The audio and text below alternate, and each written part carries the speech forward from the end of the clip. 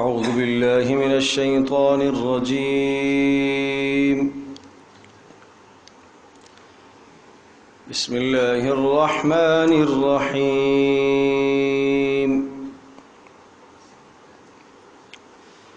أتى أمر الله فلا تستعجلوه سبحانه وتعالى عما يشركون. ينزل الملائكة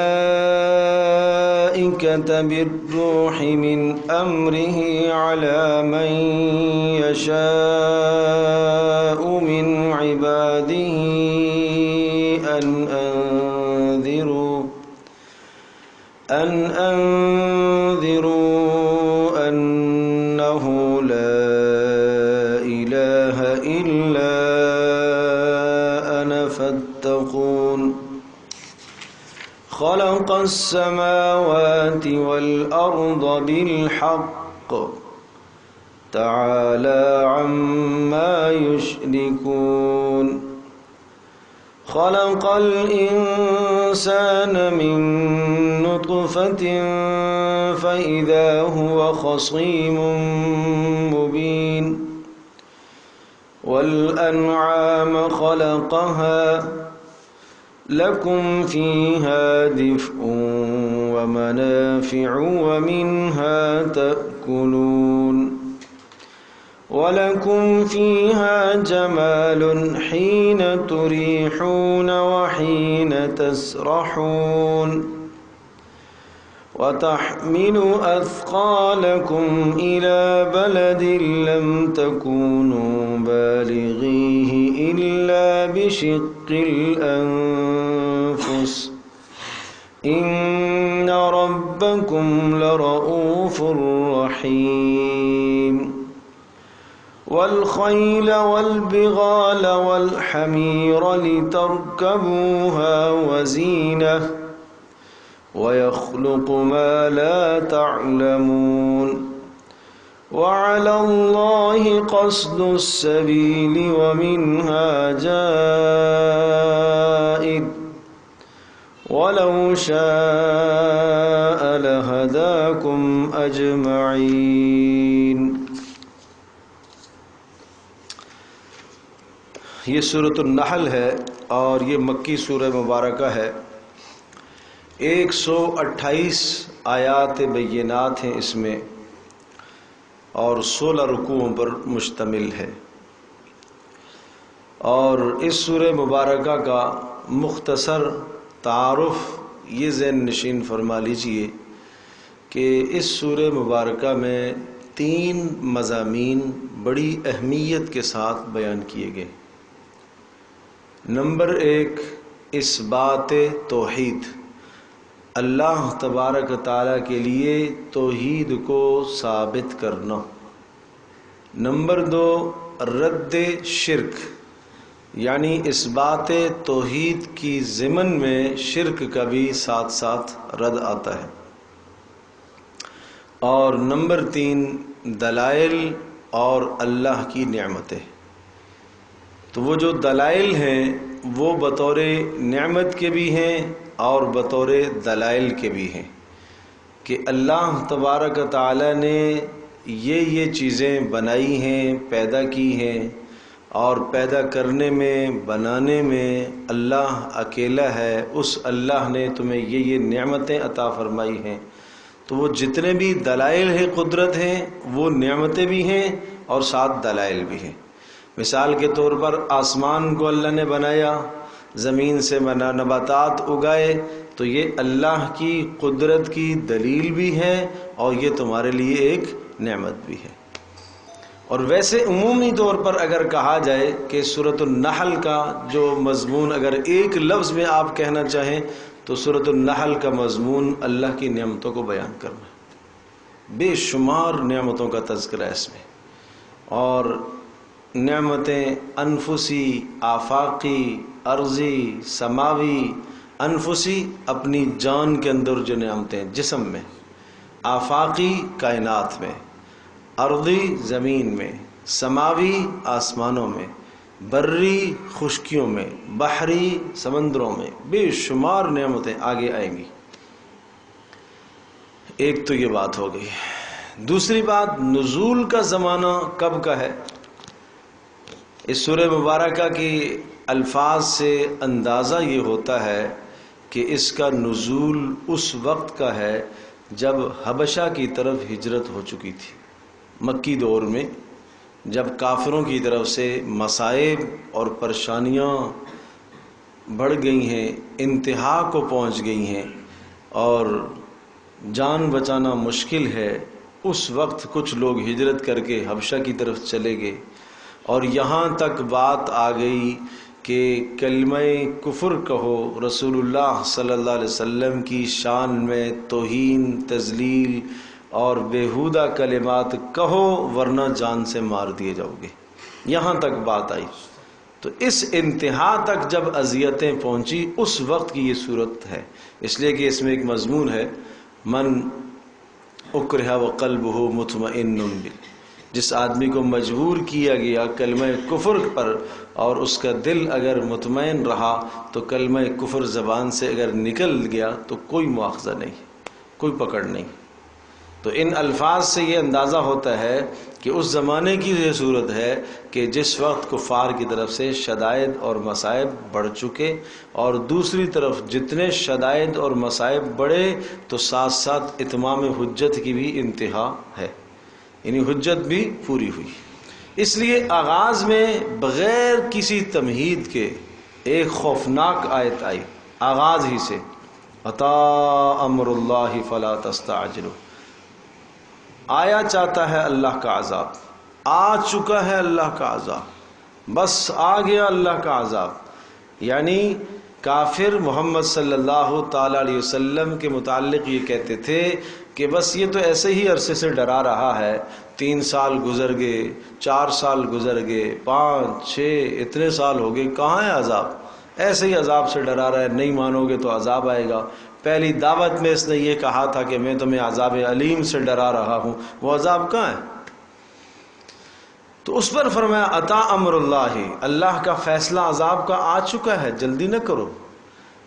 یہ جو کچھ وقت ہے اتمام حجت کے پورے ہونے میں، اس وقت کو غنیمت سمجھو، یعنی ابھی تک وہ عذاب تمہارے پاس نہیں پہنچا اور وہ ابھی تک تمہاری جانوں سے نہیں ٹکرایا، اس کے ٹکرانے سے پہلے پہلے توبہ کی قبولیت ہو سکتی ہے، لہٰذا اس وقت کو غنیمت سمجھو، اس وقت کو ضائع نہ کرو۔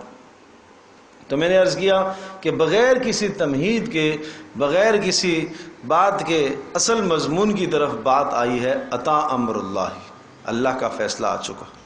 پھر اس سورت کو سورۃ النحل کہتے ہیں۔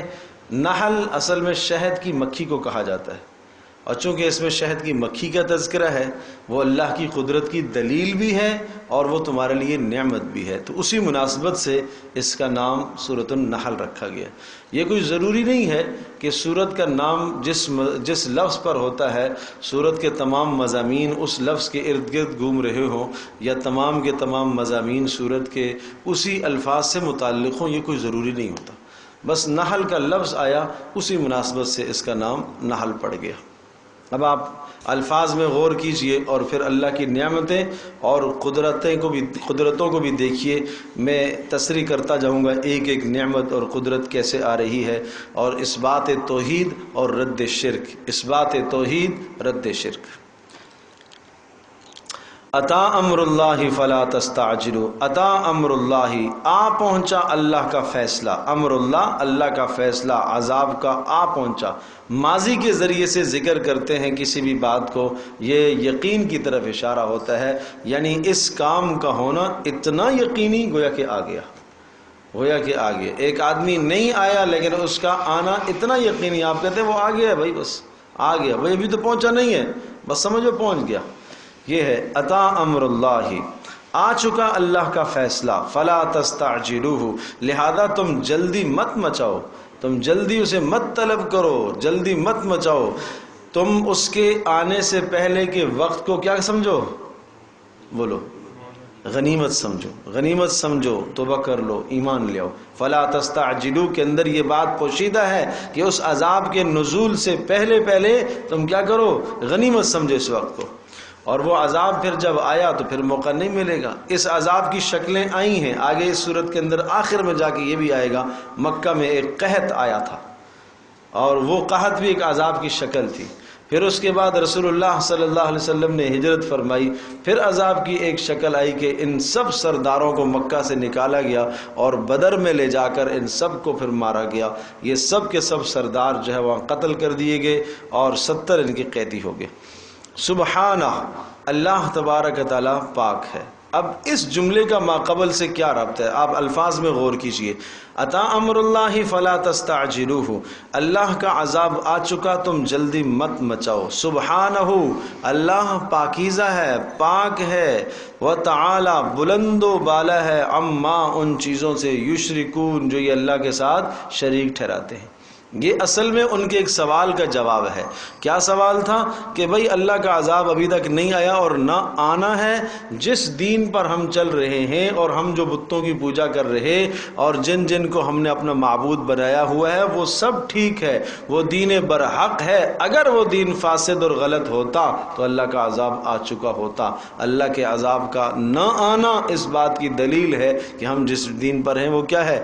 ٹھیک ہے۔ اس پر فرمایا سبحانہ، نہیں اللہ پاک ہے شرک سے، وتعالی بہت بلند ہے، عما ان چیزوں سے، یشرکون جو اللہ کے ساتھ تم شریک ٹھہراتے ہو۔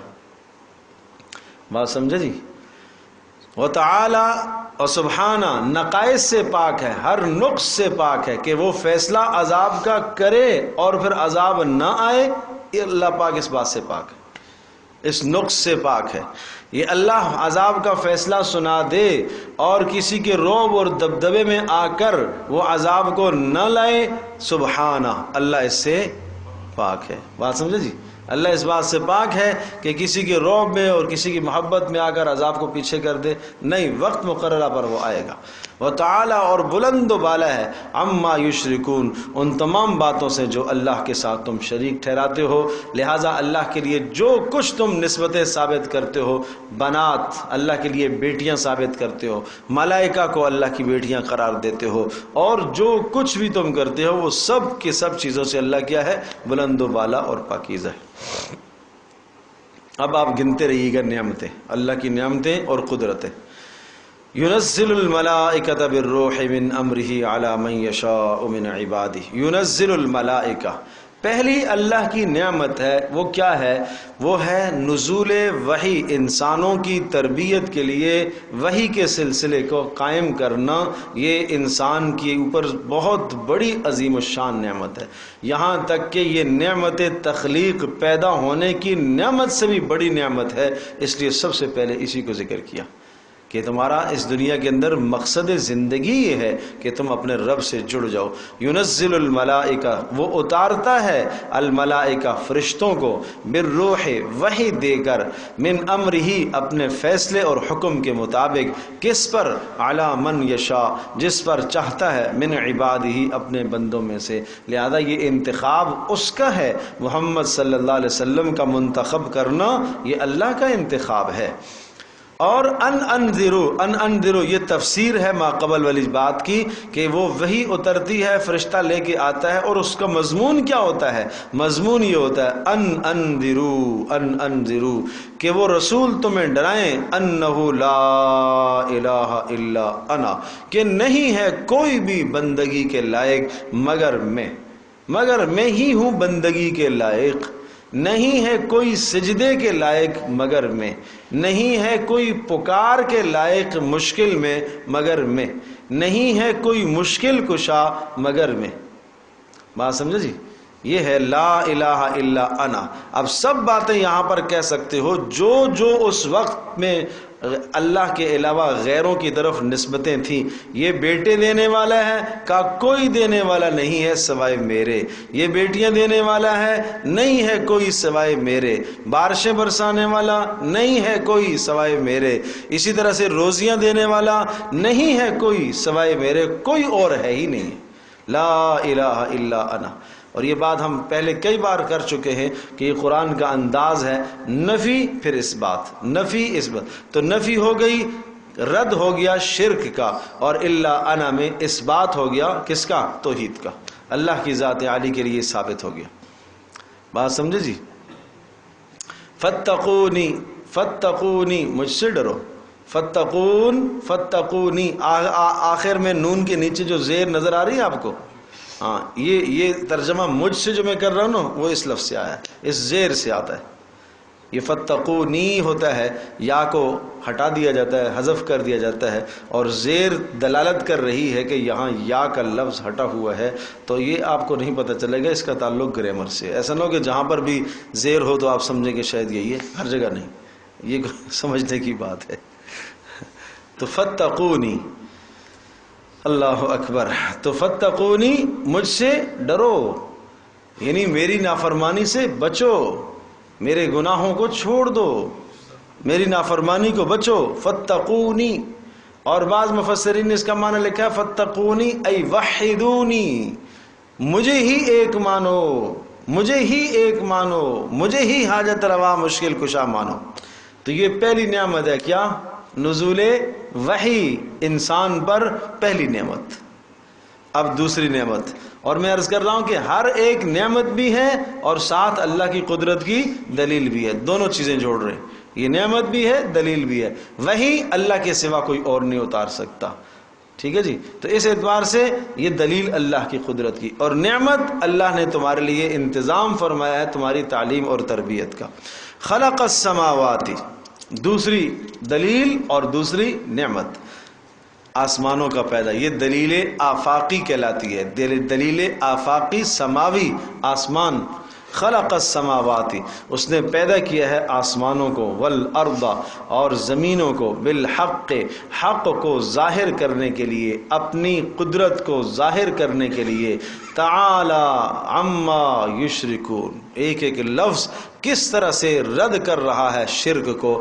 تعالی، بلند و بالا ہے وہ اللہ، عما، ان چیزوں سے، یشرکون، جو یہ اللہ کے ساتھ شریک ٹھہراتے ہیں. اس دلیل سے بھی ثابت ہوا کہ یہ تو تم مانتے ہو کہ آسمانوں کو صرف اسی نے بنایا، زمینوں کو صرف اسی نے بنایا. یہ تو مشرکین عرب کہتے تھے کہ ہاں آسمان اور زمین کی خلقت میں، تخلیق میں اللہ کا کوئی شریک نہیں ہے.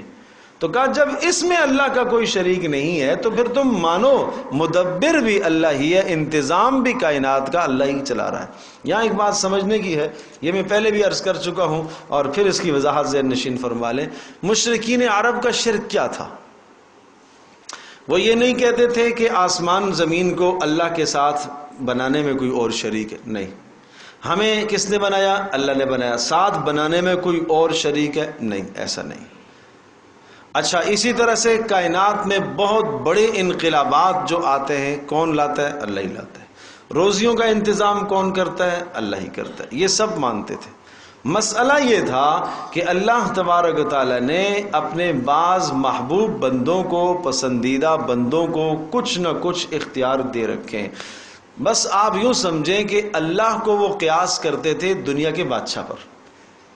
جس طرح سے دنیا کا کوئی بادشاہ ہوتا ہے اور وہ پوری دنیا میں حکمرانی کر رہا ہوتا ہے تو ظاہر ہے ہر حکم اس کے فیصلے سے ہوتا ہے، نفاذ اس کے فیصلے اور اس کے حکم کے مطابق ہوتا ہے. لیکن کیا کرتے ہیں کہ جو چھوٹے اس کے ماتحت کام کرنے والے حکمران، وزراء اور گورنرز حضرات ہوتے ہیں تو یہ اپنے بادشاہ کے حکم کو نافذ کرتے ہیں، تنفیذ ان کے پاس ہوتی ہے. اور یہ بھی بات ہے کہ اگر یہ ہم سے راضی ہو جائیں، گورنر صاحب، وزیر صاحب راضی ہو جائے تو بڑا بادشاہ بھی ہم سے کیا ہو جائے گا؟ راضی ہو جائے گا. اس لیے کہ یہ سفارش کرنے کا کیا کرتے ہیں؟ حق رکھتے ہیں. اس بڑے تک پہنچنے کے لیے یہ ذریعہ بن سکتے ہیں. اس لیے ما نعبدہم الا لیقربونا الی اللہ زلفیٰ، ہم اس لیے ان کی بندگی کرتے ہیں، ان کے سامنے سجدے کرتے ہیں، نظر و نیاز کرتے ہیں، چڑھاوے چڑھاتے ہیں، اس لیے کہ یہ اللہ کے ہاں ہماری سفارش کریں گے. ہمیں پتہ ہے یہ آسمان انہوں نے نہیں بنایا، ہمیں پتہ ہے زمین انہوں نے نہیں بنائی، ہمیں پتہ ہے روزیاں یہ نہیں دیتے، ہمیں پتہ ہے یہ سب باتیں ہمیں معلوم ہیں، لیکن اللہ نے کچھ نہ کچھ انہیں اختیارات دے رکھے ہیں. تو اس لیے قرآن جا بجا نفی کرتا ہے، بھائی ایسی سفارش اللہ کے یہاں کوئی نہیں کر سکتا جس کو کہتے ہیں شفاعت قہری، شفاعت جبری، یہ کوئی نہیں کر سکتا کہ اللہ کو کوئی مجبور کر دے، نہیں۔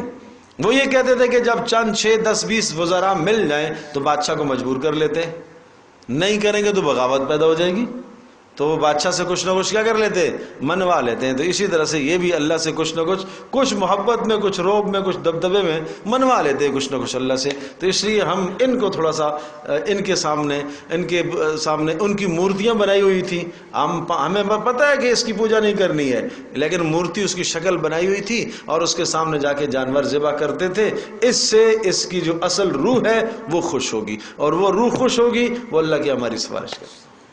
اسی کو تو شرک کہا قرآن نے۔ تو یہ تو شرک آج کل بھی بہت ساری جگہوں میں، کیوں قبروں پر جا کے چڑھاوے چڑھاتے ہیں؟ بھائی یہ بزرگ خوش ہو جائے گا تو ہمارا کام بن جائے گا، یہی نظریہ ہے آج بھی۔ یہاں سجدہ کیوں کر رہا ہے پتہ ہے، یہ کچھ نہیں، بس یہ راضی ہو جائے گا تو یہ اللہ کے یہاں میری سفارش کرا دے گا، یہ بات غلط ہے۔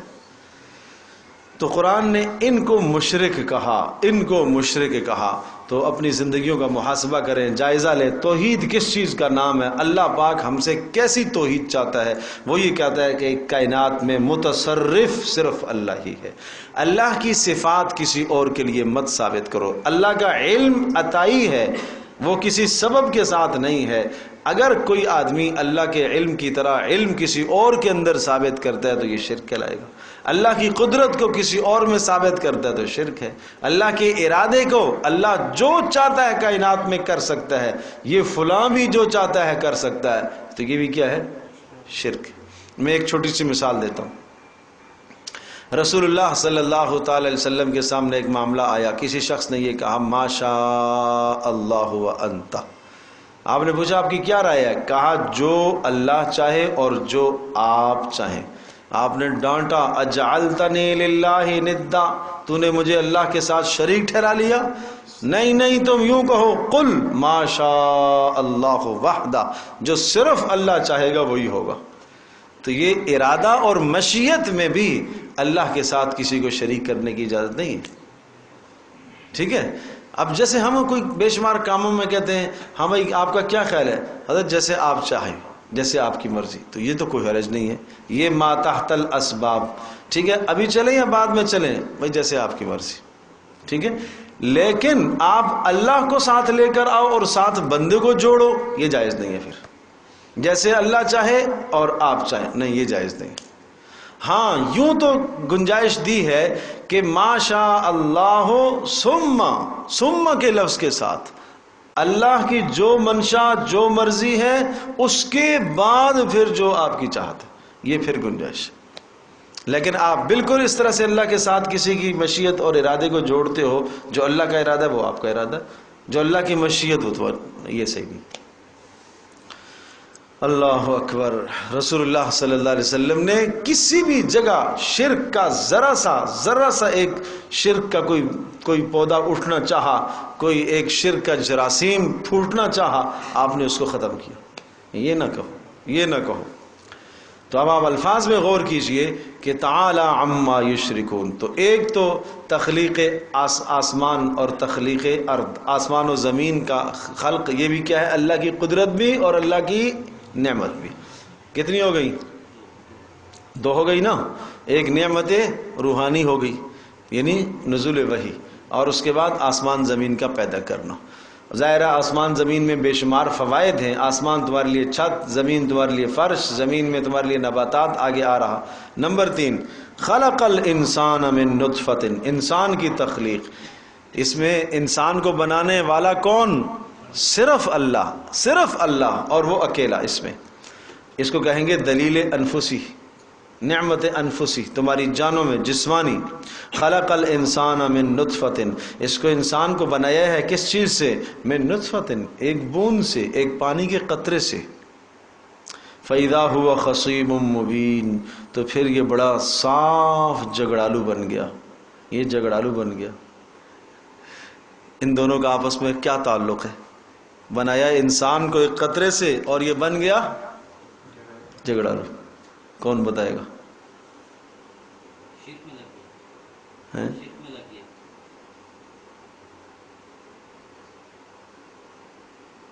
غور کرو. خلق الانسان من نطفہ، ایک انتہائی حقیر ذلیل مخلوق سے اس کو بنایا. مادہ تخلیقی تولیدی کتنا حقیر اور ذلیل، اور اس مادہ تولیدی کی حقارت آدمی کے نزدیک بھی مسلم کہ جسم کے ساتھ لگ جائے، کپڑوں کے ساتھ لگ جائے، جب تک نہائے صاف نہ کرے پاک نہ ہو. اتنی غلاظت، اللہ کی قدرت کی تجلی اس پر پڑی، اور یہ بنتا چلا گیا اور ماں کے پیٹ سے باہر آیا ہے، خوبصورت بچہ بن گیا. پھر اس کے بعد یہ جوان بنا، اس کو عقل میں کمال اور حسن جمال میں کمال. اللہ پاک نے اس کے اعضاء، اس کو گویائی عطا فرمائی، کان عطا فرمائے، آنکھیں عطا فرمائی، بے شمار نعمتیں. چاہیے تو یہ تھا کہ اللہ کی نعمتوں کا شکر ادا کرتا، یہ لڑنے لگ گیا اللہ کے ساتھ. فَإِذَا هُوَ خَصِيمٌ مُّبِينٌ، یہ اللہ ہی سے بحث مباحثہ کرنے لگ گیا کہ نہیں یہ اللہ کے ساتھ شریک، یہ اللہ نے بنایا، یہ اس نے بنایا، یہ اللہ کے ساتھ شریک ٹھہرا رہا ہے. فَإِذَا هُوَ خَصِيمٌ مُّبِينٌ، یہ توحید میں جا کے جھگڑے کرتا ہے، اللہ کی توحید میں بحث مباحثہ کرتا ہے. ایک باپ بیٹے پر احسان کرتا ہے، بہت بے پناہ احسان کیے، اور جب بیٹا جوان ہو جائے، کسی قابل ہو جائے، اور پھر جناب وہ ترچھی آنکھوں سے دیکھے تو پھر وہ بدتمیزی سے جواب دے تو پھر باپ یہ نہیں کہے گا کہ کیسا کھلایا پلایا، اور آج جب کسی قابل ہوا تو میرے ساتھ لڑنے لگ گیا ہے. اللہ اکبر. اس لیے ایک حدیث قدسی میں یوں الفاظ بھی ہیں، بارزتنی بالمعاصی، کہ تجھے کس چیز سے بنایا، ماں کے پیٹ میں رحم میں تجھے کیسے رکھا، اور جب تو دنیا میں آیا تو تیرے لیے روزی کا انتظام کیا، ماں کی چھاتی میں تیرے لیے دودھ کے چشمے جاری کیے، اور اسی طرح سے تیرے پاس دانت کاٹنے کو نہ تھے، تیرے جناب ہاتھوں میں پکڑنے کی طاقت نہ تھی، پیروں میں چلنے کی استطاعت نہ تھی. فلما اشتد عذرک وقوی ظہرک، اور جب تیری طاقت جسم کے اندر آ گئی اور اعضاء مضبوط ہو گئے، بارزتنی بالمعاصی، اب گناہ کر کے میرے مقابلے میں اتر آیا. احاذا جزائی یا عبدی، اے میرے بندے کیا یہ میرا بدلہ ہے؟ ایک محسن کا یہ بدلہ ہے؟ تو بھائی اللہ کے کلام کو سمجھو، اس کو سمجھو. شرک کے علاوہ گناہ بھی اللہ سے لڑنا، بالکل مبارزہ ہے. چند گناہ کے بارے میں تو صاف صاف لڑائی ہے. سود اللہ سے لڑائی ہے، کھلی جنگ ہے. کسی اللہ کے ولی کو ستانا، تنگ کرنا، کھلی اللہ سے اعلان جنگ ہے. تو بغاوت جنگ ہے. ایک آدمی گناہ کرتا ہے، احساس ہو جائے مجھ سے غلطی ہو گئی، چلو درگزر ہو جائے گی. لیکن ایک آدمی اپنے گناہ پر کو گناہ نہ سمجھے، ڈٹائی پر اترا ہوا ہے، میں ٹھیک کر رہا ہوں، تو یہ بغاوت ہے. بغاوت تو پھر لڑائی ہے، سمجھے جی. باغی کس کو کہتے ہیں کہ ایک حکومت کے اندر ایک دوسرا شخص دعوے دار کھڑا ہو جائے کہ میں بھی ہوں یہاں پر، اور وہ اپنا ایک جتھا اور ایک قبیلہ، ایک کنبہ بنا لے اور ایک اپنی فوج تیار، اسی کا نام بغاوت ہے نا. یہ بغاوت ہے. خلق الانسان من نطفہ، تو اس آیت کو نقش کر لیں اپنے پاس، لکھ لیں اس کو. خلق الانسان من نطفہ، انسان کو بنایا ایک حقیر مخلوق سے. فَإِذَا هُوَ خَصِيمٌ مُّبِينٌ، تو یہ کیا بن گیا پھر؟ یہ جھگڑالو بن گیا اللہ کے بارے میں. کتنی نعمتیں ہو گئیں؟ 3. نمبر 4، وَالْأَنْعَامَ خَلَقَهَا، اور اب تمہارے فائدے کے لیے کیا کچھ اللہ نے پیدا کیا. چوتھی نعمت بھی قدرت بھی، یعنی یہ دلیل بھی، یہ اللہ کے سوا کسی اور نے نہیں کیا. والانعام، اور چوپائے جانور. خلقہا، خلقت حیوان، نعمت حیوان. خلقہا، ان کو پیدا کیا اللہ نے. اب اس میں کیا ہے؟ لکم فیہا دفء، ان چوپایوں میں تمہارے لیے کیا ہے؟ دفء. دفء کہتے ہیں بچاؤ کا سامان، بچاؤ کا سامان، سردی سے گرمی سے. ان کے چمڑوں سے کیا کچھ بناتے ہو، سمجھے، سردی سے گرمی سے. ومنافع، اور بھی بہت سارے فائدے ہیں، دودھ، سواری، گوشت. ومنها تاکلون، اور بعض جانوروں کو تم کھاتے ہو. ظاہر سی بات ہے کہ سب جانور تو حلال نہیں ہے نا، بعض جانوروں کو تم کھاتے ہو، لیکن وہ بھی وہ بعض جانور جو شرعی طریقے سے جن کو ذبح بھی کیا گیا ہو. جانور حلال بھی ہو اور شرعی طریقے سے اس کو ذبح بھی کیا گیا. وَلَكُمْ فِيهَا جمال، اور ان جانوروں میں تمہارے لیے کتنی رونق ہے، جمال، خوبصورتی. جب ایک آدمی اپنے جانوروں کو گھر سے باہر نکالتا تھا، باڑے میں جہاں بندھے ہوئے ہوتے تھے وہاں سے باہر نکالتا تھا اور وہ چراگاہوں میں جاتے تھے، اور جب شام کو واپس چراگاہوں میں آتے تھے تو مالک صبح نکلتے ہوئے بھی مظاہرہ دیکھ رہا ہوتا تھا، نظارہ کرتا تھا، اور جب واپسی ہوتی تھی تو بھی نظارہ کرتا تھا۔ اور یہ دو طرح جانور کو پہچانا جاتا تھا اس زمانے میں۔ آج بھی لوگ جو جانوروں کو پہچانتے ہیں اسی طرح سے پہچانتے ہیں، سامنے سے پیچھے سے۔ آ رہا ہے جانور تو سامنے سے اس کی ڈھیل ڈول کا اندازہ ہوتا ہے، کیسا طاقتور ہے، کیا صورتحال ہے۔ جب پلٹ کے جا رہا تو پھر بھی اس کا اندازہ ہوتا ہے کہ کتنی جسامت کا مالک ہے، کتنا اس میں گوشت ہے، طاقتور ہے نہیں، پیٹ بھرا ہوا ہے کہ نہیں۔ جب پیٹ بھرے ہوئے جانور شام کو واپس آتے تھے تو مالکوں کو بڑے اچھے لگتے تھے اور یہ ایک عمدہ مال سمجھا جاتا تھا۔ اور آج کل اس کا متبادل آپ کی سواریاں، آپ کی گاڑیاں، جب ایک آدمی صبح نکالتا ہے دیکھتا ہے اپنی گاڑی کو صاف ستھری، کس قدر خوش ہوتا ہے، شام کو لا کے اس کو کھڑا کرتا ہے اور دن کو بڑے اطمینان سے اس نے اس سواری پر سفر کیا ہے تو کس قدر دل میں خوشی ہوتی ہے، اور وہ گاڑی اپنے جناب گیرج میں کھڑی ہوئی اس کو اچھی لگتی ہے۔ تو بالکل یہ اللہ کی قدرت کی نشانیاں ہیں، اللہ کی نعمتیں۔ وَلَكُمْ فِيهَا جَمَالٌ، اور اس میں تمہارے لیے بڑی رونق ہے، حِينَ تُرِيحُونَ، جب تم چرانا حین تریحون، جب تم واپس لے کر آتے ہو، وحین تسرحون، اور جب تم چرانے کے لیے لے کر جاتے ہو۔ تریحون کا مطلب ہے شام کو واپس لانا، تسرحون کا معنی لے کر جانا، لیکن شام کا تذکرہ اس لیے کیا کہ اس وقت پیٹ بھرے ہوئے واپس آتے تھے تو وہ زیادہ بارونق ہوتے تھے، اس لیے تریحون کا لفظ پہلے آیا۔ بات سمجھ آئی؟ وَتَحْمِلُ أَثْقَالَكُمْ إِلَى بَلَدٍ لَمْ تَكُونُوا بَالِغِيهِ إِلَّا بِشِقِّ الْأَنفُسِ۔ تحملو حمل سے بوجھ اٹھانا، وتحملو، اور وہ جانور بوجھ اٹھاتے ہیں، اسقالکم، تمہارے بوجھوں کو، وہ اٹھاتے ہیں بوجھ تمہارے، الی بلدن، ایک شہر تک، لم تکونوا بالغیہ، جہاں تک تم نہیں پہنچ سکتے، الا بشق الانفس، مگر بڑی تکلیف کے ساتھ۔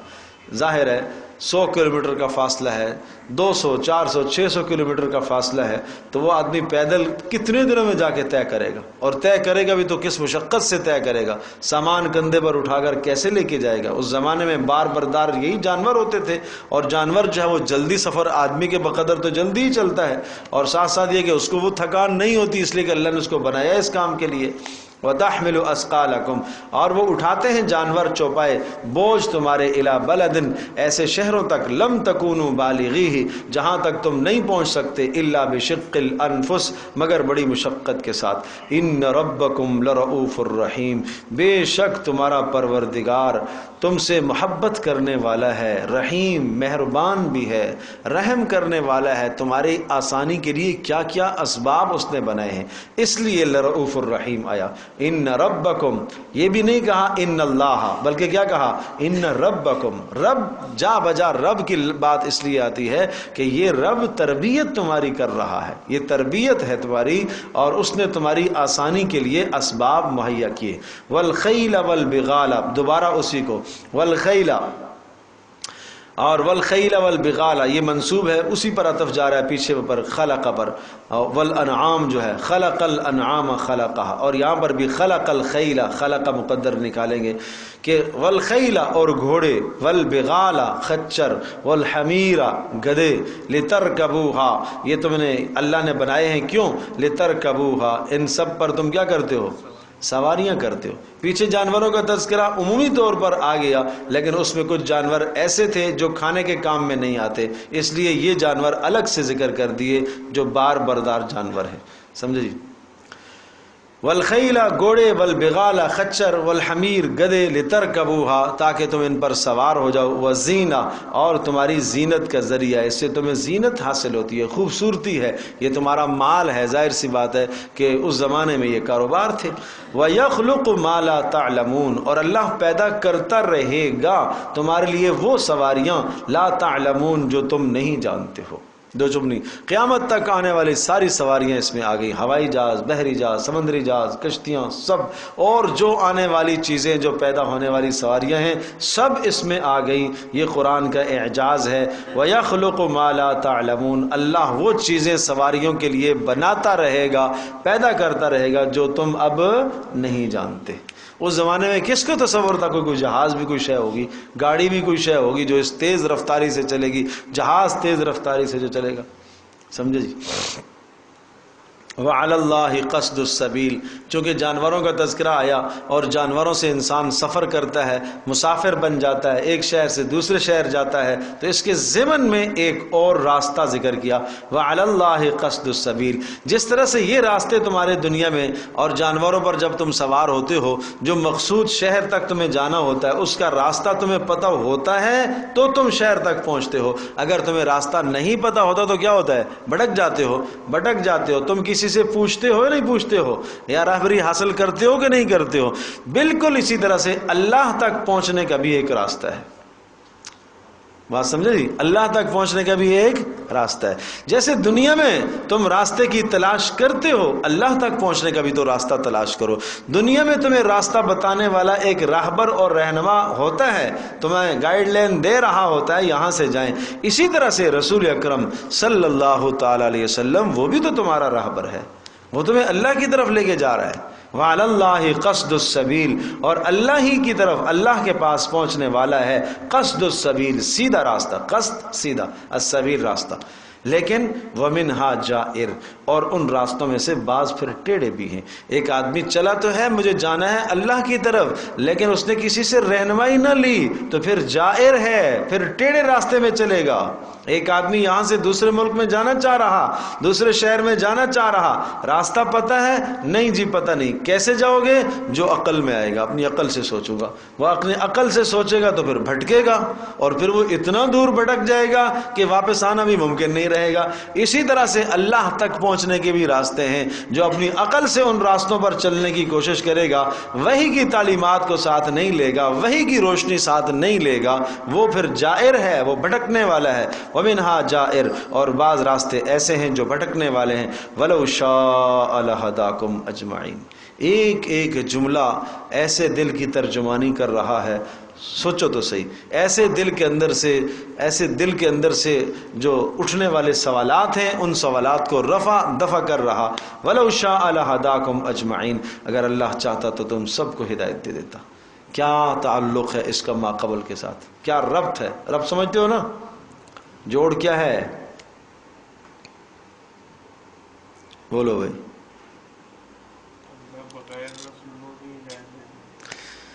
مسئلہ یہ ہے، اللہ تک پہنچنے کا راستہ بھی موجود، اللہ تبارک تعالیٰ کو اپنے بندوں سے پیار بھی ہے کہ نہیں؟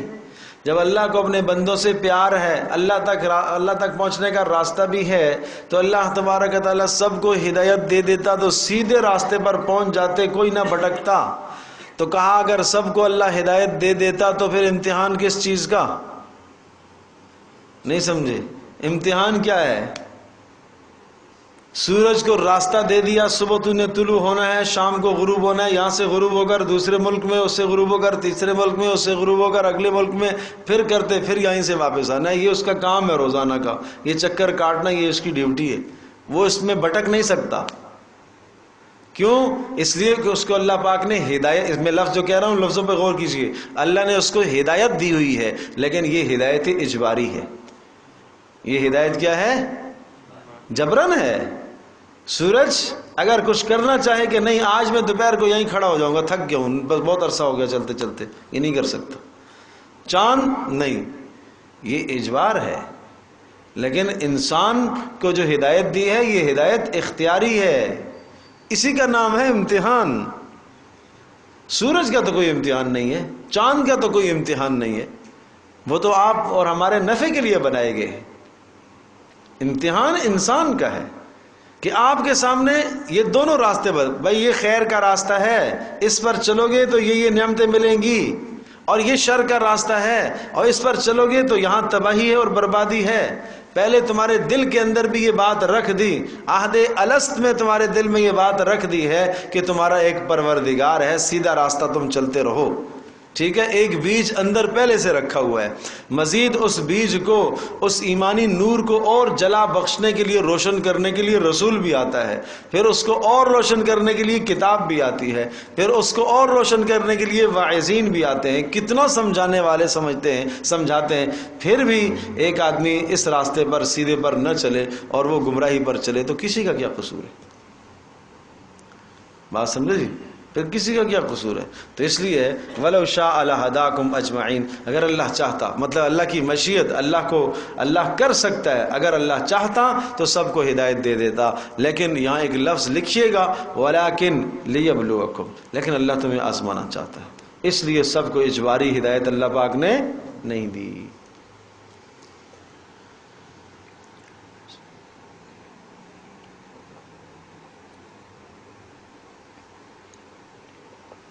الحمدللہ کتنی نعمتیں ہو گئی تھی؟ 4۔ اب آ جائیں 5ویں نعمت۔ عرض کر رہا تھا کہ نعمت بھی ہے، دلیل بھی ہے، دلیل قدرت، دلیل وحدانیت، توحید کی۔ هو الذی انزل من السماء، ایسا نہیں ہے کہ پیدا کیا، پیدا کرنے کے بعد اس کی انسان کی روزی کے اسباب، پہلے تو نیچے یعنی ارضی نعمتیں، زمین کے اندر چوپائے، جانور، حیوانات تمہارے لیے بنائے، سامان منتقل کرنے کا ذریعہ، جانوروں کا دودھ استعمال کرنا، جانوروں کا گوشت کھانا، ان کی کھالوں سے فائدہ، ان کے بالوں سے فائدہ، ان کی ہڈیوں سے فائدہ، یہ سب تمہارے فائدے کی چیزیں ہیں، ٹھیک ہے نا؟ تو وہ جانور کے اندر پھر کتنی نعمتیں آ گئی ہیں، لیکن میں نے نہیں گنوائی، اس جانور کے اندر کی کتنی نعمتیں۔ هو الذی انزل من السماء، اگلی نعمت کتنی بتائی؟ 4تھی، 5ویں۔ هو الذی انزل من السماء، اللہ ہی وہ ذات ہے، هو الذی وہی ہے، انزل من السماء ماء، جس نے آسمان سے برسایا پانی۔ آسمان کل ما علاک فهو سما، آپ کے اوپر جو بھی چیز ہے اس کو عربی میں سما کہتے ہیں، مراد بادلوں سے پانی برسایا۔ ماء لکم، تمہارے لیے، منہ شراب، اس میں پینے کی چیزیں، شراب سے مراد وہ شراب نہیں ہے، ہاں شراب عربی زبان میں کہتے ہیں کس کو؟ پینے کی چیز، اس کو تو خمر کہتے ہیں، خمر، شراب۔ لکم منہ شراب، اس میں تم پینے کی چیزیں ہیں، آسمان پینے۔ ومنہ شجر، اور اسی پانی کے ذریعے سے وہ درخت بھی پیدا کرتا ہے، فیہ تسیمون، اور ان درختوں، درخت پیدا کرتا ہے، فیہ تسیمون، اور اسی پانی میں تم مویشیوں کو بھی پلاتے ہو، ٹھیک ہے؟ تو پانی برسایا، اس پانی سے اللہ نے تمہارے پینے کا انتظام کیا، اور اس پانی سے درختوں کو پیدا کیا، اور پھر ان درختوں کو تم خود بھی استعمال کرتے ہو اور اپنے چوپایوں کو بھی کھلاتے ہو۔ یعنی تسیمون کے دونوں معنی آ جائیں گے کہ یہ درخت تم جانوروں کو کھلاتے ہیں بطور چارے کے، غذا کے، یا اسی طرح سے جناب تم پانی پلاتے ہو اپنے جانوروں کو۔ ينبت لکم بہ الزرع والزیتون، مزید آگے تفصیل آئی ہے اسی چیز کی۔ ينبت لکم، وہ اگاتا ہے تمہارے لیے، بھی اس کے ذریعے سے، کس کے ذریعے سے؟ پانی کے ذریعے سے، ہی ضمیر راجع ہے پانی کی طرف، پانی کے ذریعے سے۔ الزرع، کس کو؟ کھیتی کو، کھیتیوں کو اگاتا ہے، زمین سے کتنے غلے اگتے ہیں۔ والزیتون والنخیل والاعناب، خاص طور پر 3 قسم کے پھل ذکر کیے، زیتون کو، نخیل کھجور، اعناب انگور، اور یہ تینوں کے تینوں وہ پھل ہیں کہ جو تلذذ بھی ہے، غذا بھی ہے۔ اصل میں کچھ پھل ایسے ہیں جو انسان کھاتا ہے تلذذ کے لیے، لذت حاصل کرنے کے لیے، یا یوں کہیے کہ جسمانی طاقت کے لیے بھی ہوتے ہیں، لیکن کچھ پھل ایسے ہیں جن میں غذائیت اتنی بھرپور ہے کہ کوئی کسی کو کھانا روٹی نہ ملے وہی کھاتا رہے تب بھی زندہ رہ سکتا ہے۔ زیتون، نخیل، اعناب، اس لیے ان تینوں کا تذکرہ کیا، سمجھے جی؟ زیتون کو کھانے سے یعنی جو کھانے کی ضرورت ہے وہ پوری کرتا ہے، نخیل کھجور اسی طرح سے ضرورت پوری کرتی ہے، اور اعناب انگور بھی اسی طرح سے انسان کی ضرورت کو پورا کرتا ہے۔ تمام وہ ضروریات جو انسان کو روٹی سے، غذا سے حاصل ہوتی ہیں، وہ ساری غذائیں اللہ پاک نے ان کے اندر جمع کی ہیں۔ یہ اللہ کی کتنی بڑی نعمتیں۔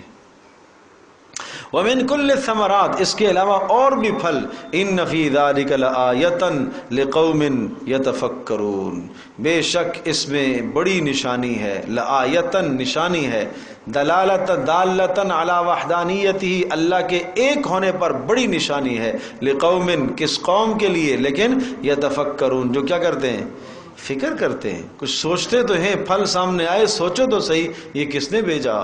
تم تو کہو گے میں نے پیسے سے خریدا، ارے اللہ کے بندو، پیسے سے خریدا، پیسہ کس نے دیا؟ اللہ نے دیا۔ بنایا کس نے اس کو؟ اللہ نے۔ کیا خوبصورت انار، کیا خوبصورت انار، کیا خوبصورت زیتون، کیا جناب کھجور کا پھل، اعناب انگور کا پھل، اندر سارا اس کے اندر شیرہ بھرا ہوا ہے، کتنا بہترین میٹھا، کیا رب کی کاریگری ہے، کیا صنعت ہے اللہ تبارک و تعالیٰ کی۔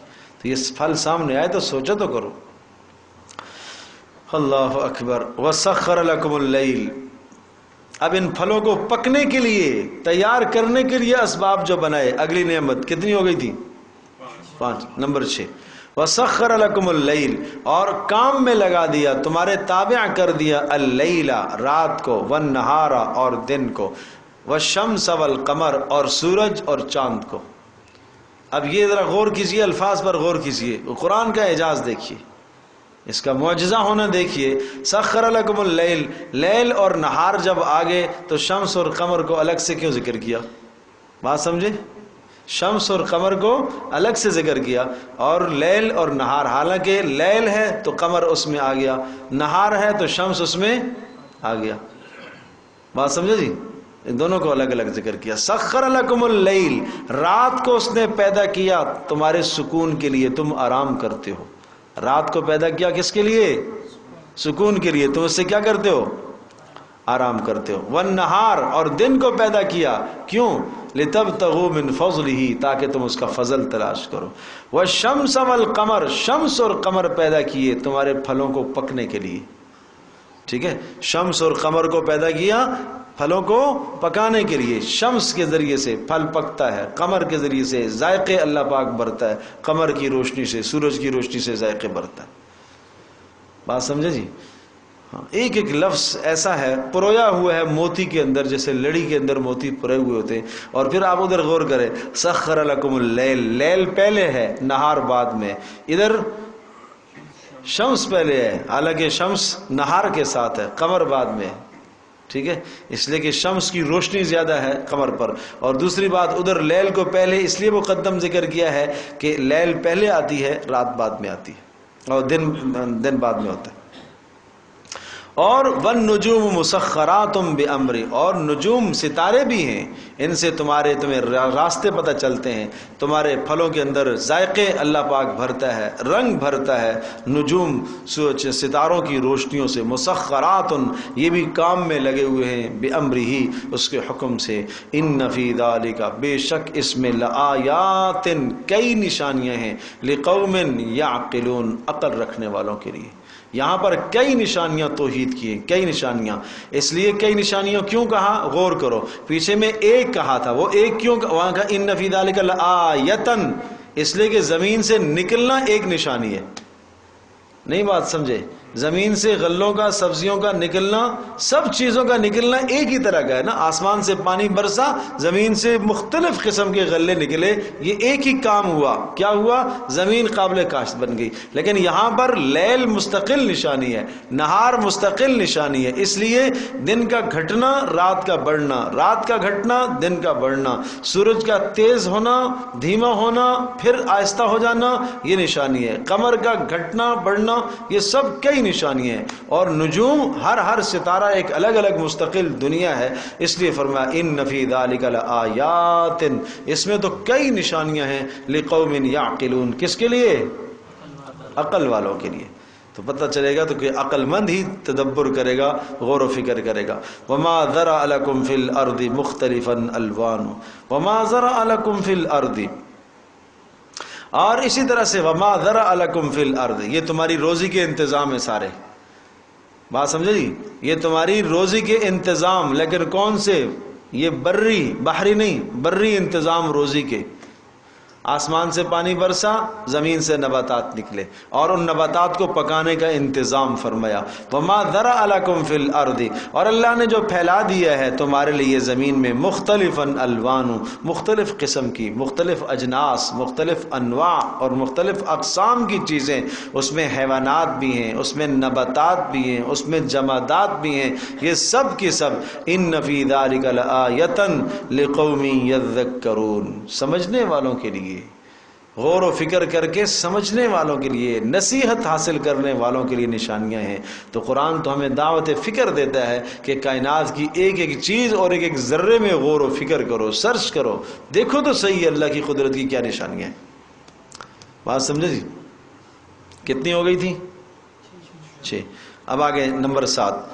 اب بحری سمندری نعمتیں، یہ بھی انسان کے انتظام، انسان کی خدمت کے لیے سمندری نعمتیں۔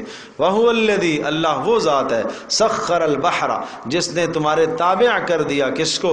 البحر، سمندر کو، لِتَأْكُلُوا، تاکہ تم کھاؤ، مِنْهُ، اس سے نکال کر، لَحْمًا طَرِيًّا، تازہ گوشت، لحمن گوشت، طریًّا تازہ۔ مچھلی تازہ ہی مزہ کرتی ہے بھائی، فریج میں رکھی ہوئی باسی پھر مزہ نہیں کرتی۔ قرآن کہتا ہے لحمن طریًّا، باقی میں چل جاتا ہے گوشت، سمجھے جی، اس قربانی کا اگلی قربانی تک چل جائے گا۔ وہ ایک دن ایک صاحب میرے پاس آئے، کون سا مہینہ تھا؟ شوال کا مہینہ گزر چکا، تو شوال کے بعد کیا آتا ہے؟ ذی قعدہ، اس کے بعد کیا آتا ہے؟ ذی الحجہ۔ اچھا بھائی، اب وہ شوال ذی قعدہ کے اندر مجھے کہتے ہیں کہ مجھ سب میں گوشت لے کے آ رہا ہوں طلبہ کے لیے۔ اچھا بھائی، اچھی بات ہے۔ میں نے کہا پتہ نہیں کیسے رحم آ گیا۔ تو جب گوشت لے کے آیا تو وہ گوشت جمع ہوا تھا، فریز کیا ہوا تھا، تو میں نے کہا یہ کب کا ہے؟ یہ ابھی کی قربانی کا ہے، یہ ابھی کی قربانی کا ہے۔ تو اب مطلب ذی قعدہ آ گیا اور اس کے بعد ذی الحجہ آ رہا ہے، پھر قربانی آ رہی ہے۔ تو اصل میں فریج صاف کرنا تھا بیچارے نے، تو وہ سارا لے آیا۔ تو بھئی یہ وہ تو پھر چل جاتا ہے، لیکن لحمن طریًّا، مچھلی جو ہے نا وہ مزہ کرتی ہے تازہ ہی، سمجھے جی؟ تو لحمن طریًّا، تو یہ تمہیں تازہ تازہ گوشت، وتستخرجوا، اور تم نکالتے ہو، استخراج کرتے ہو، حاصل کرتے ہو، منہ، اس سمندر سے، حلیتن، موتی، زیورات، تلبسونہا، جن کو تم پہنتے ہو۔ غور کیجئے گا، زیورات کون پہنتا ہے بھائی؟ کون پہنتا ہے؟ بولو بھائی، عورتیں۔ مائیں بہنیں سن لیں، کون پہنتا ہے؟ عورتیں۔ قرآن کہتا ہے تلبسونہا، ضمیر جمع مردوں کے لیے استعمال کی، تم پہنتے ہو۔ ارے تم نہیں پہنتے، عورتیں پہنتی ہیں تمہارے لیے۔ ہاں، یہ مقصد سمجھانا ہے۔ عورت زیور پہنتی ہے کس کے لیے؟ مرد کے لیے، اپنے شوہر کے لیے۔ عورت شادی کی تقریب میں جانے کے لیے، شادی میں دوسری عورتوں کو دکھانے کے لیے نہیں پہنتی۔ یہ مقصد نہیں ہے پہننے کا کہ میرے پاس اتنی چوڑیاں ہیں، میرے پاس اتنا زیور ہے، میرے پاس یہ ہے، میرے پاس وہ ہے۔ اللہ کی بندیوں، عورت کو زیور پہننا ہے، اچھے کپڑے پہننے ہیں اپنے شوہر کے لیے، یہ ہے اس کا ثواب۔ اللہ اکبر۔ فرمانبردار اور مطیع اور دیندار اور نیک اور پاک اور صالح تو وہ کہے گی کہ جب شوہر اس سے پوچھے کہ کیسا کپڑا لے کے آؤں، وہ کہے جو آپ کی پسند، کہ میں کس لیے پہنوں گی؟ آپ کے لیے۔ وہاں تو یہ گلے کرتی ہے، مجھے تو کبھی اپنے مرضی کا کپڑا پہننے ہی نہیں دیا، سمجھے جی؟ تو یہ الفاظ پر غور کرو، قرآن کیا کہتا ہے؟ وَتَسْتَخْرِجُوا، اور نکالتے تم ہو، ظاہر ہے خرید کے تو مرد ہی لاتا ہے سارا۔ وَتَسْتَخْرِجُوا، اور تم نکالتے ہو اے مردوں، منہ، اس سے، حلیتن، زیورات، تلبسونہا، جن کو تم پہنتے ہو، یعنی عورتیں پہنتی ہیں لیکن تمہارے لیے پہنتی ہیں۔ وَتَرَى الْفُلْكَ، اور اسی طرح سے قدرت کی نشانی دیکھو۔ وَتَرَى الْفُلْكَ، اور تو دیکھے گا الفلک، کشتیوں کو، مواخرہ، وہ پانی کو چیرتی ہوئی جاتی ہے، مواخر چیرتی ہوئی، پھاڑتی ہوئی، فیہ، سمندر میں، وَلِتَبْتَغُوا مِنْ فَضْلِهِ، اور تاکہ تم پہنچو یا تلاش کرو، من فضلہ، اللہ کا فضل تلاش کرتے ہو۔ ظاہر ہے سمندری سفر بھی تم کرتے ہو، ایک ملک سے دوسرے ملک تم سفر کرتے ہو سمندر سے، اور بڑے بڑے جناب جہاز تمہارے سامان کو منتقل کرتے ہیں ایک شہر سے، ایک ملک سے دوسرے ملک۔ یہ سب کچھ کیوں ہے؟ وَلَعَلَّكُمْ تَشْكُرُونَ، تاکہ تم شکر گزار بنو۔ بھائی ایک ایک نعمت کا شکر ادا کرو بھائی، لازم ہے، لازم ہے۔ قرآن سامنے آئے، اب پھر شروع سے ہم لے آتے ہیں، تشکرون پر بات ختم کرتے ہیں، پھر لے آتے ہیں اللہ کی نعمت وہی، اے اللہ تیرا شکر ہے، میں بھٹکا ہوا تھا، تو نے مجھے رہنمائی کے لیے اپنا قرآن دیا، اپنا رسول دیا، اے اللہ تو نے مجھے عدم سے وجود میں لایا، خلق الانسان، اے اللہ تیرا شکر ہے، والانعام خلقہا، اے اللہ کتنے چوپایوں کا، جانوروں کا، حلال کا تو مجھے گوشت کھلاتا ہے، اے اللہ ان کے جانوروں کے جسموں سے کتنی نکلنے والی چیزیں میں استعمال کرتا ہوں، اے اللہ تیرا شکر ہے، اے اللہ کتنی تو نے سواریاں عطا فرمائی ہیں، اے اللہ تیرا شکر ہے، اے اللہ آسمان سے تو نے پانیوں کو برسایا ہے، ان پانیوں کے ذریعے سے نباتات کو تو نے اگایا ہے، خشک اور بنجر زمین کو تو نے قابل کاشت بنایا، اے اللہ تیرا شکر ہے، یہ پھل میرے سامنے آیا، اے اللہ تیرا شکر ہے، اس پر میں تیرا شکر ادا کرتا ہوں، رات آ گئی، اے اللہ یہ تیرا شکر ہے، تو نے رات دی ہے تاکہ میں اس میں آرام کروں، دن آیا، اے اللہ تیرا شکر ہے، دن تو نے عطا کیا ہے اس لیے تاکہ اس میں ہم اپنے فضل کو اور رزق کو تلاش کریں، شمس اور قمر تو نے اے اللہ دیے ہیں روشنیوں کے لیے، اے اللہ تیرا شکر ہے، شمس اور قمر سے ایک اور سبق ہے، روزانہ شمس طلوع ہوتا ہے صبح کو اور دھیمی اس کی اور حرارت حدت کم ہوتی ہے، دوپہر کو اس کا عروج اور جوانی ہے، اور پھر زوال کے بعد ڈھلنا بڑھاپے کی طرف جاتا ہے، یہ روزانہ ہمیں پتہ دے رہا ہے انسان، تیرا بچپنا، تیری جوانی، پھر تیرا زوال، اور چاند یہ پیغام مہینے میں ایک بار دیتا ہے، 3 دن وہ بچہ ہوتا ہے، بچپنا ہلال کہلاتا ہے، پھر بڑھتے بڑھتے بڑھتے بڑھتے پھر 13ویں 14ویں 15ویں کو اس کا شباب اور جوانی ہے، پھر اس کے بعد پلٹتے پلٹتے آگے حتی عاد کالعرجون القدیم، پرانی شاخ اور ٹہنی کی طرح ہو جاتا ہے باریک، پھر ایک دن بالکل غائب ہو جاتا ہے، نظر ہی نہیں آتا کیا انسان تجھے بھی اس طرح سے مٹنا ہے اور فنا ہونا ہے۔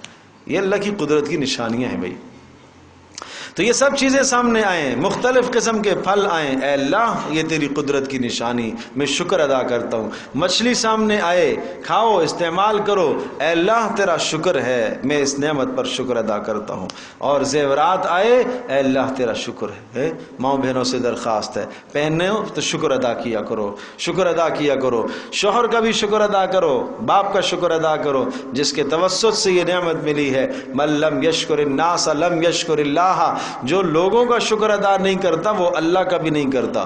عورت کو چاہیے اور لازم ہے شوہر کا شکریہ ادا کرے، بیٹی کو چاہیے باپ کا شکریہ ادا کرے، باپ نے کپڑا لا کے دیا، کوئی بھی نعمت دی ہے، جزاک اللہ خیر کہے، اللہ آپ کو جزائے خیر دے، اللہ آپ کے مال میں برکت دے، شوہر کو اسی طرح سے دعائیہ کلمات سے نوازے۔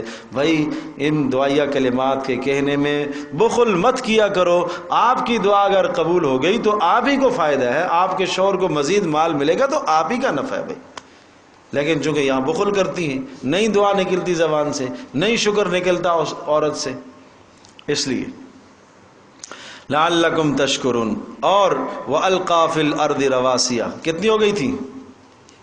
6 7 ہو گئی تھی، نمبر 8 وَأَلْقَى فِي الْأَرْضِ رَوَاسِيَ أَن تَمِيدَ بِكُمْ، یہ زمین کے اندر زلزلے واقع ہو رہے تھے، تھر تھراہٹ تھی اس کے اندر اور اس کا کانپنا تھا اور اس میں قرار نہیں تھا، اللہ نے القا فی الارض رواسیہ، اللہ پاک نے گھاڑ دیا زمین کے اندر رواسیہ، پہاڑوں کو، ان تمید بکم، تاکہ تمہیں بہا کر نہ لے جائے، وانہارا وسبلا، اور اللہ نے بنائے ہیں اس زمین کے اندر انہار، نہروں کو بنایا، وسبلا، اور کتنے راستے بنائے، لعلکم تہتدون، تاکہ تم منزلوں تک پہنچو، مقصود تک تم پہنچ سکو، وعلامات، اور کتنی نشانیاں اللہ نے رکھی ہیں کائنات کے اندر، علامات، پہاڑ نشانیاں، عمارتیں نشانیاں، ایک آدمی یہاں سے فلان جگہ سارا کا سارا علاقہ ایک طرح کا ہو جائے تو کیسے پہچانے گا؟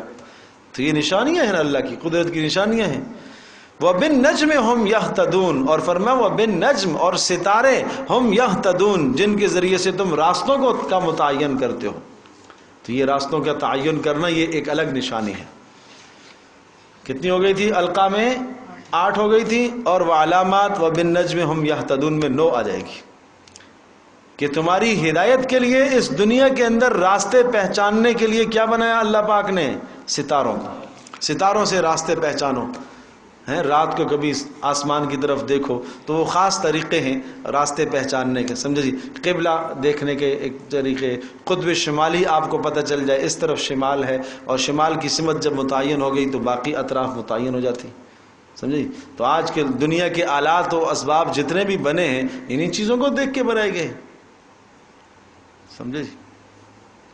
تو یہاں ایک بات اور بھی لطیف اشارہ ہے، باریک اشارہ ہے کہ دنیا میں، اس دنیا کے اندر چلنے کے لیے تمہیں رہبری کی ضرورت ہے، ستاروں سے رہبری حاصل کرتے ہو، انسانوں سے رہبری حاصل کرتے ہو، تو آخرت کا جو سفر تم کر رہے ہو، کیا اس سفر کے لیے رسول کی رہبری کی ضرورت نہیں پڑے گی تمہیں؟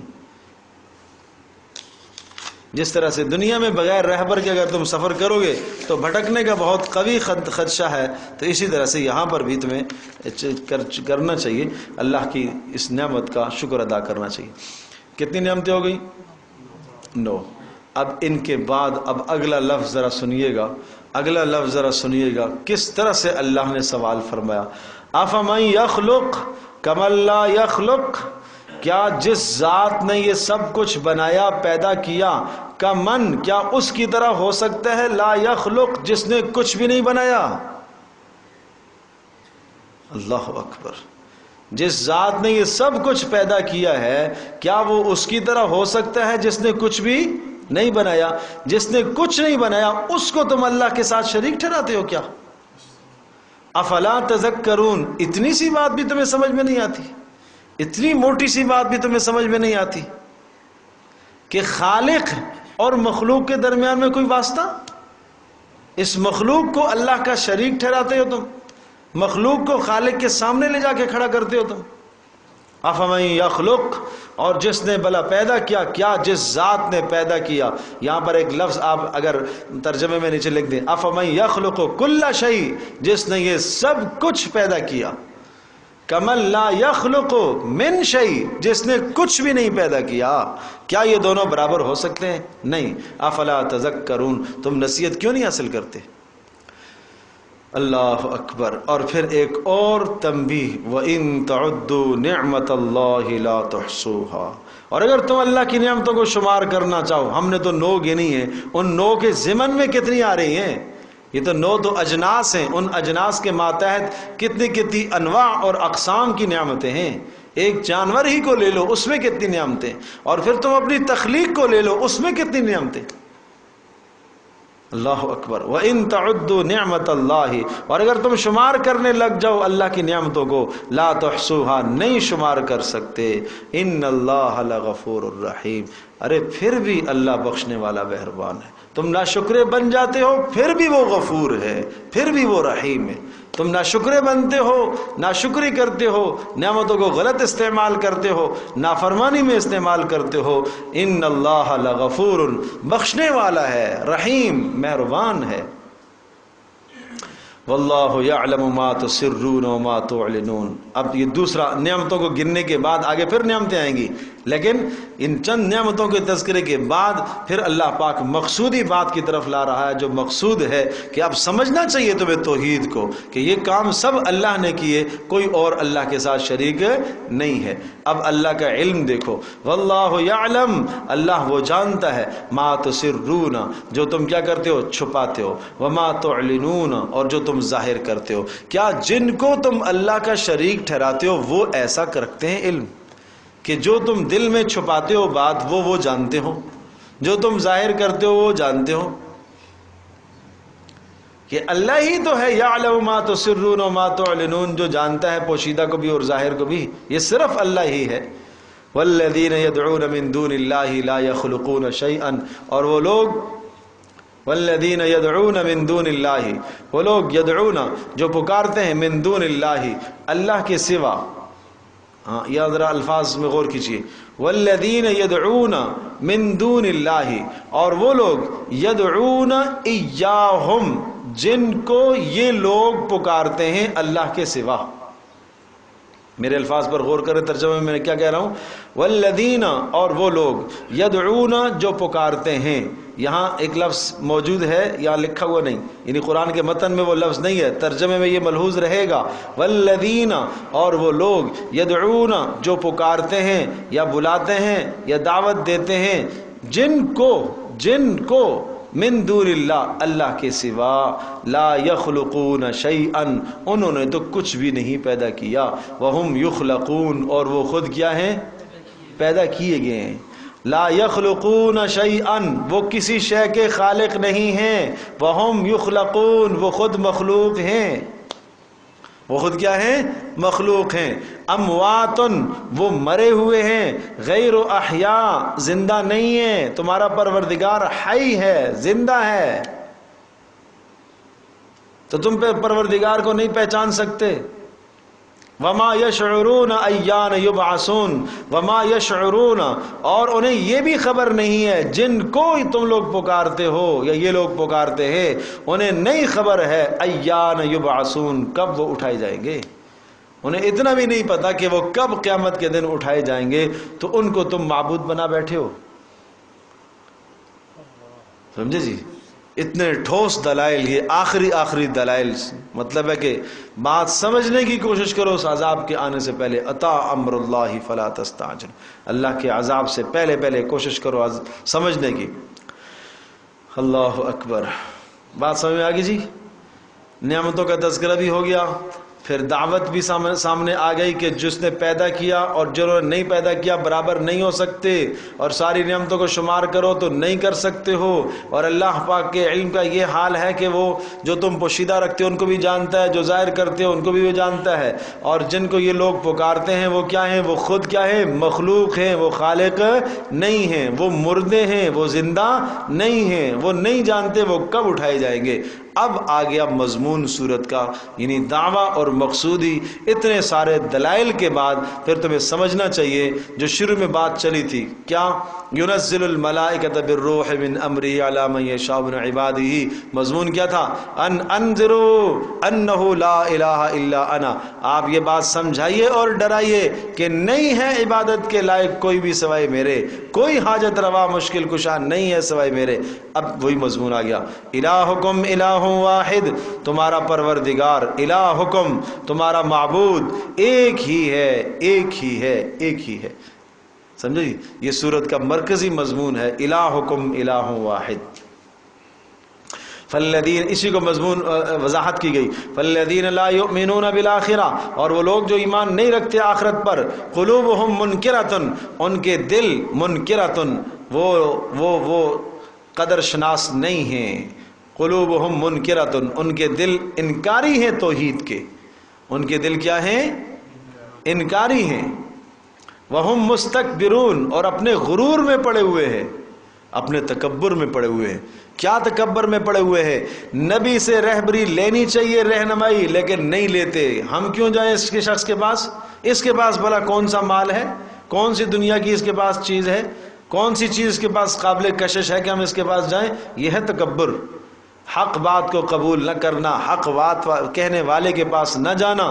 لا جرم، یقینی بات ہے، ان اللہ یعلم، اللہ خوب جانتا ہے، ما یسرون، جو یہ پوشیدہ رکھتے ہیں، وما یعلنون، اور جو یہ ظاہر کرتے ہیں۔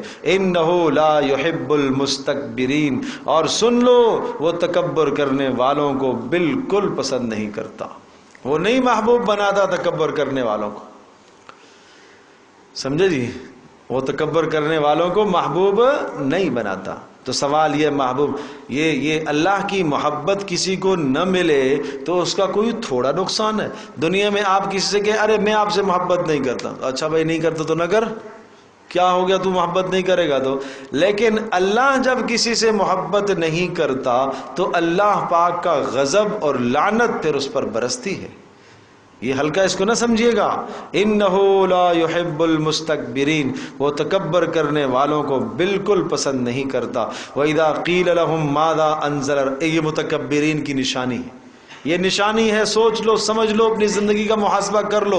وَإِذَا قِيلَ لَهُم، اور جب ان سے کہا جاتا ہے مَاذَا أَنزَلَ رَبُّكُمْ، کیا اتارا تمہارے پروردگار نے، کیا وحی آئی ہے، کیا حق بات سنائی ہے، قالوا، کہتے ہیں اساطیر الاولین، ارے یہ پرانی کہانیاں ہیں، پرانی باتیں ہیں، کوئی نئی بات تھوڑی ہے۔ یہ آج کل کے بھی کوئی ایسے ہیں، ہاں بھائی مول صاحب نے کیا کہا بیان میں، بھائی پرانی باتیں یہ کوئی نئی بات نہیں. آج کوئی نیا دین لے کے آؤ, کوئی جدید چیز لے کے آؤ, کوئی جدت لے کے آؤ. یہ پرانی باتیں, یہ جنت, یہ جہنم, یہ آخرت, یہ رسول, یہ قرآن, یہ نبی, یہ تو سنتے چلے آ رہے ہیں. کوئی نئی بات لاؤ.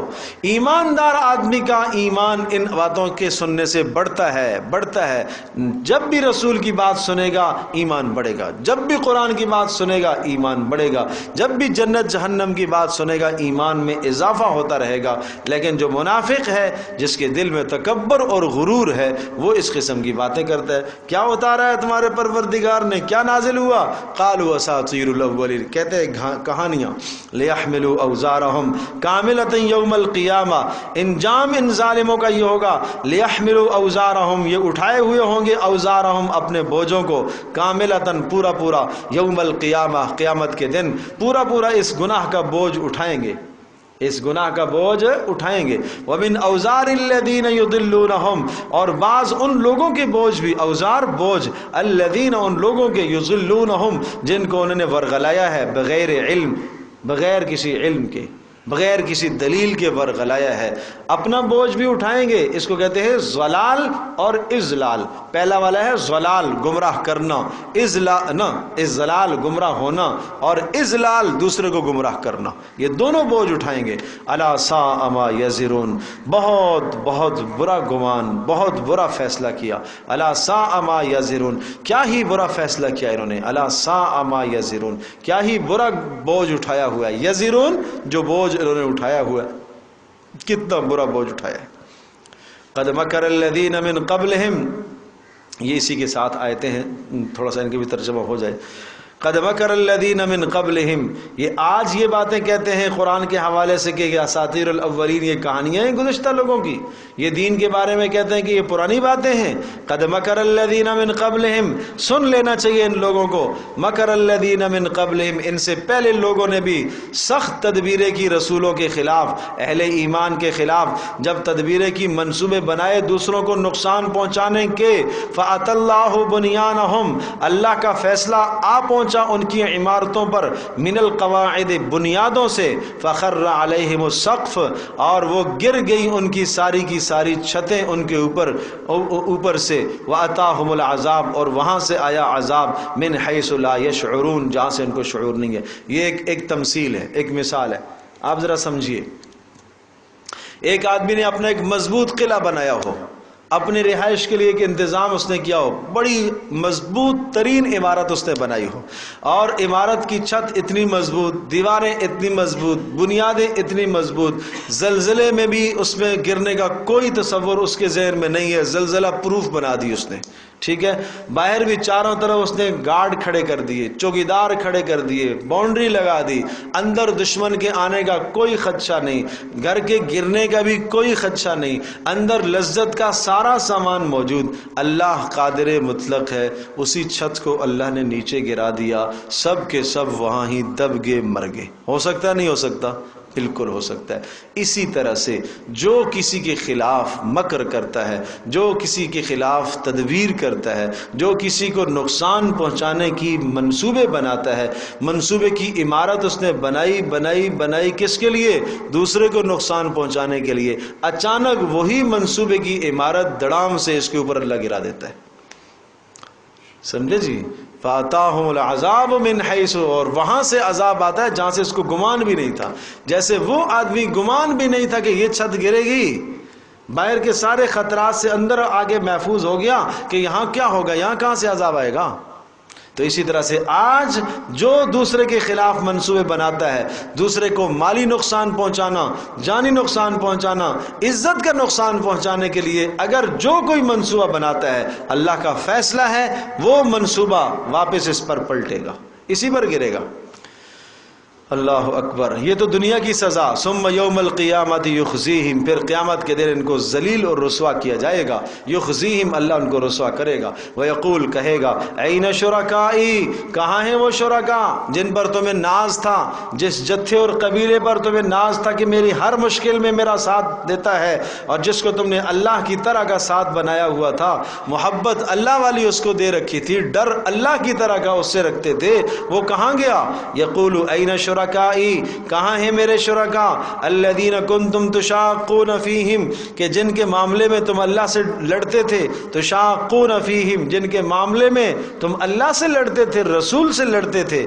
قال الذین اوتوا العلم، اس دن انبیاء کہیں گے ان الخزي اليوم والسوء علی الکافرین، آج کے دن پوری کی پوری ذلت، الخزي اليوم، آج کے دن پوری ذلت، والسوء، اور پورا عذاب کافروں پر ہوگا.